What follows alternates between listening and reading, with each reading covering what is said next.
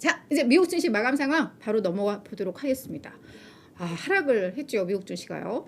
일단 지수를 좀 살펴보도록 하면 다우 지수가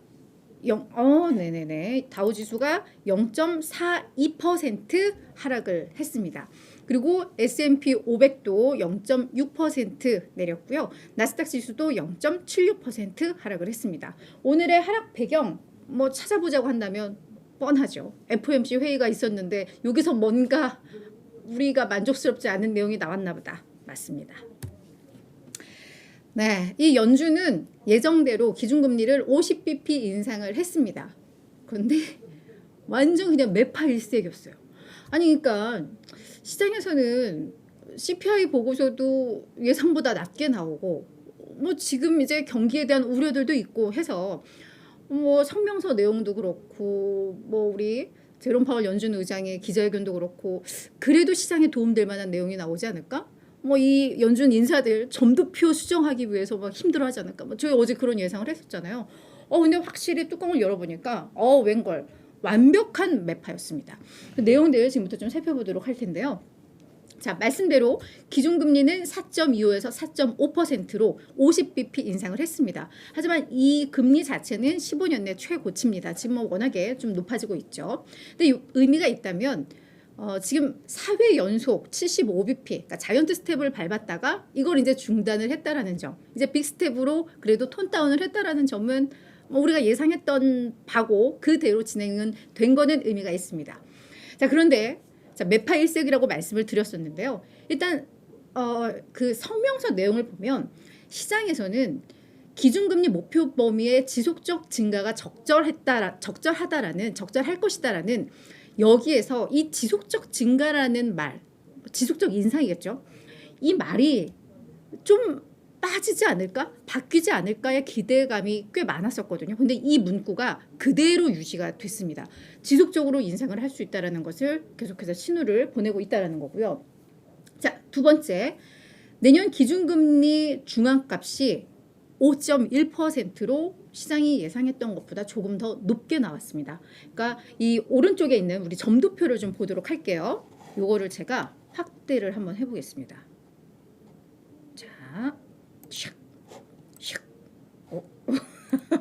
네, 저는 확실히 파워포인트에 좀 약하긴 해요. 그죠? 슉. 됐죠. 자, 이게 점도표인데요. 이게 뭐냐 하면 그 연준 인사들 19명이 각 매년마다 뭐 2020년도 그렇지만 23, 24, 25년 아니면 뭐 장기 관점에 있어서 기준금리가 연말 기준 12월 기준 어느 정도의 수준에 있을 것으로 예상을 하는지 적절하다고 생각하는지 점을 찍는 거고 그것을 이제 이렇게 통계를 내는 건데요. 자, 일단 2022년 맨 앞에 있는 부분이죠. 그냥 한 줄에 일직선으로 19개의 점이 점점점점점 찍혀 있는 이들은 4.25에서 4.5. 뭐 이번에 금리 50bp 인상하면서 당연히 그 수준에 다 들어가 있습니다. 자, 이제 저희가 그 다음 그 옆에 있는 2023년 거를 이제 봐야 되는데요. 여러분 보세요. 19명 중에 10명이 점 많은 거 보이시죠? 그 연두색 점 찍힌 부분. 10명이 5에서 5.25%로 예상을 했습니다. 내년 12월에는 5에서 5.25 정도의 기준금리가 가 있을 거야 라는 거거든요.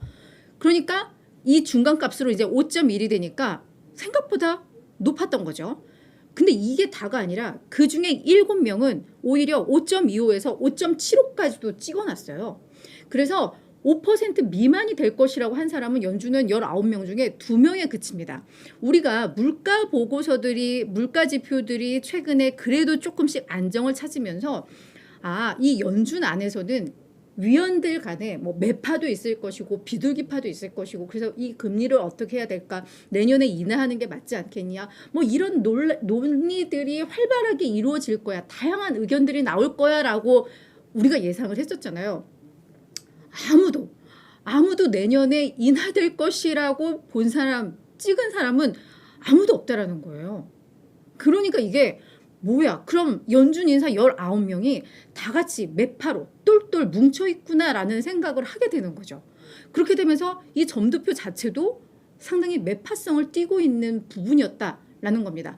다만 어제 정훈 선배가 이야기했듯이 이들이 그래도 뭔가 뭐 2, 3일 전에 찍고 나서 수정을 하고 싶었는데 뭐 그 기회가 없었다고 하니까 뭐 이렇게 우리가 예상은 해볼 수도 있겠습니다만 일단 지금 딱 공개된 점도표 자체는 매파적이었다. 그 다음 2024, 2025년의 점도표 내용들을 보면 그때부터 이제는 약간의 이렇게 변동성이 좀 커지죠. 깊어지죠. 뭐 예컨대 2024년 같은 경우에 한 명 인사는 여전히 2024년에도 5.5에서 5.75까지 가야 돼라는 사람도 있었던 반면에 매우 낮게 보는 사람은 3.5 밑으로도 보는 사람도 있는 만큼 아마 내년까지는 높은 금리를 유지를 하다가 그 이후 내후년부터는 뭐 금리를 인하를 해야 돼, 유지를 해야 돼, 아니야 여전히 높이 가야 돼라는 의견들이 이제 분산이 되고 있는데 그래도 저희가 이러한 분산들이 내년에도 어느 정도는 있을 것이라 예상을 했지만 그 예상은 빗나갔다. 이렇게 정리를 해보면 될 것 같습니다. 자, 내년 기준금리의 중앙값까지 이제 점도표를 통해서 저희가 봤고요. 거기에다가 이제 기자회견이 남았죠. 기자회견, 파월 연준 의장이 기자회견을 시작한 말이 우리는 아직도 할 일이 남아있다. 아, 불편했죠. 자, 그러면서 하나 둘씩 이야기한 것들을 보니까 10월, 11월 CPI 지표가 그래도 둔화되고 있었어. 이거는 매우 환영할 일이고 반가워. 하지만 인플레이션이 확실히 잡히고 있다는, 둔화되고 있다라는 어떤 확신을 갖기 위해서는 여전히 더 많은 증거, 데이터가 더 많이 누적이 돼야 돼. 지금 이걸로 우리가 어떤 액션을 바꾸기에 전환하기에는 아직 멀었다라는 겁니다. 그러면서 이 목표 금리 2%는 여전히 유지를 했어요. 이 목표 달성을 위해서는 여전히 지속적인 인상이 적절하다라고 우리는 좀 판단을 하고 있다라고 말을 했습니다. 앞에 성명서 내용과 어느 정도 일치하는 부분이죠.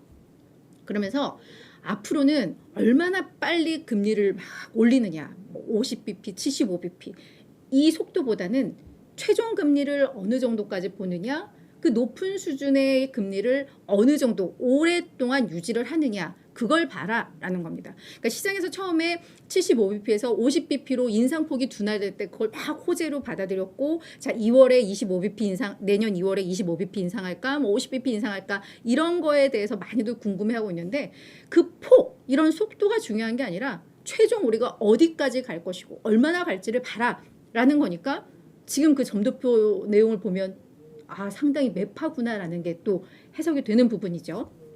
그러면서 뭐라고 했느냐, 우리의 이 역사는 긴축의 조기 완화에 대해서 강력히 경고를 하고 있다. 너무 섣불리 조기에 이 인하로 넘어갈 경우에는 이게 잘못 정책을 했을 경우에는 더 높은 비용을 지불해야 된다. 이걸 우리의 역사가 말해준다라는 거죠. 1970년대를 또 이야기를 한 거겠죠. 그러면서 우리가 인플레가 잡혔다는 확신이 들기 전까지에는 인하하지 않겠다라고 기자회견에서 밝혔습니다.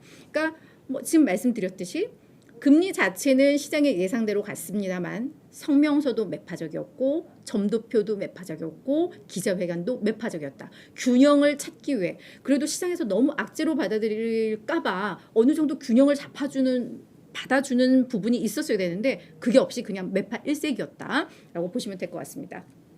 다만 이렇게 매파였는데도 불구하고 시장의 낙폭은 그래도 크지 않았잖아요. 그리고 지금 그 선물은 오히려 반등을 하고 있다고 하거든요. 그래서 월가에서는 뭐라고 하느냐, 이제 시장은 연준의 말을 믿지 않아 라고 이야기를 하고 있습니다. 언제든지 경기 상황이 안 좋아지거나 뭔가 신호가 조금 불편한 신호들, 경기에 대한 불편한 신호들이 나오면 이걸 언제든지 좀 바꿀 수 있을 거야 라고 시장에서는 본다라는 겁니다. 그래서 이것을 고지고대로 이제는 받아들이지 않는다. 이렇게 월가에서는 또 해석들이 나오고 있습니다.